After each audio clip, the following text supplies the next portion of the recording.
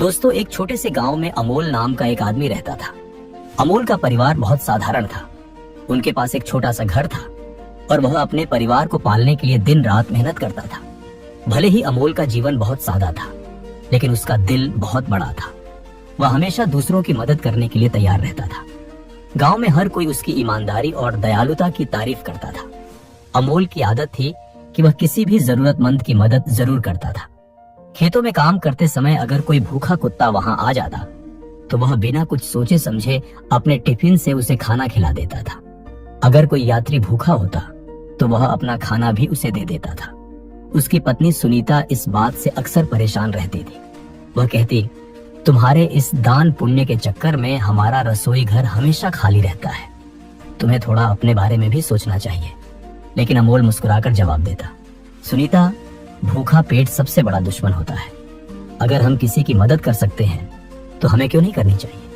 भगवान सब कुछ देखता है।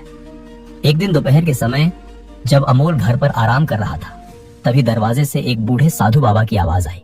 उनकी आवाज बहुत कमजोर थी, जैसे वे बहुत थके हुए और भूखे हों। सुनीता ने उनकी आवाज सुनी, खिड़की से झांका और बड़बड़ाते हुए बोली, लो, अब ये भी आ गए। लगता है आज फिर रसोई खाली हो जाएगी।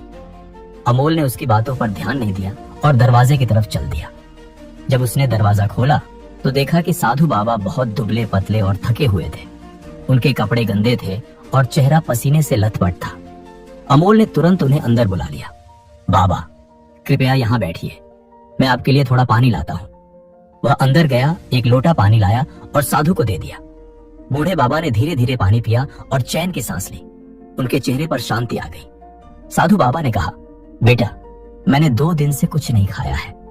अगर तुम मुझे थोड़ा खाना दे सको तो मैं तुम्हारा बहुत आभारी रहूंगा। अमोल दौड़कर रसोई में गया, लेकिन वहां जाकर उसने देखा कि सिर्फ 2 रोटियां ही बची थी, जो उसने खुद के दोपहर के खाने के लिए रखी थी। फिर भी बिना कुछ सोचे उसने दोनों रोटियां उठाई और वापस जाने लगा। सुनीता ने उसे रोक लिया। उसने गुस्से में कहा, तुम यह क्या कर रहे हो? ये रोटियां तुम्हारे लिए हैं। अगर तुम ये भी दे दोगे तो तुम क्या खाओगे? ये साधु किसी और के घर भी जाकर मांग सकते हैं, लेकिन हम भीख मांगने कहां जाएंगे?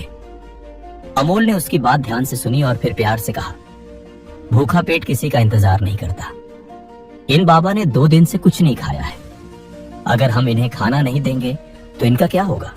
हमारे लिए भगवान कोई ना कोई इंतजाम कर ही देगा। सुनीता की आवाज तेज थी और साधु बाबा ने सब कुछ सुन लिया था, लेकिन वे शांति से बैठे इंतजार करते रहे। अमोल ने अपनी पत्नी के गुस्से पर ध्यान नहीं दिया। वह साधु बाबा के पास गया और रोटियां उनके सामने रख दी। बाबा, कृपया इसे खाइए, हमारे घर में अभी यही सबसे अच्छा भोजन है। साधु बाबा ने कुछ नहीं कहा। वे इतने भूखे थे कि उन्होंने चुपचाप खाना खा लिया। फिर उन्होंने पानी पिया और शांति से बैठ गए। कुछ देर बाद जब साधु बाबा जाने के लिए उठे तो उन्होंने अमोल को अपने पास बुलाया। उन्होंने अपने झोले से एक चमकता हुआ सोने का कटोरा निकाला और अमोल को दे दिया। अमोल हैरान रह गया। बाबा, मैं ये नहीं ले सकता, यह आपका है। साधु बाबा मुस्कुराए और बोले, बेटा, इसे रख लो।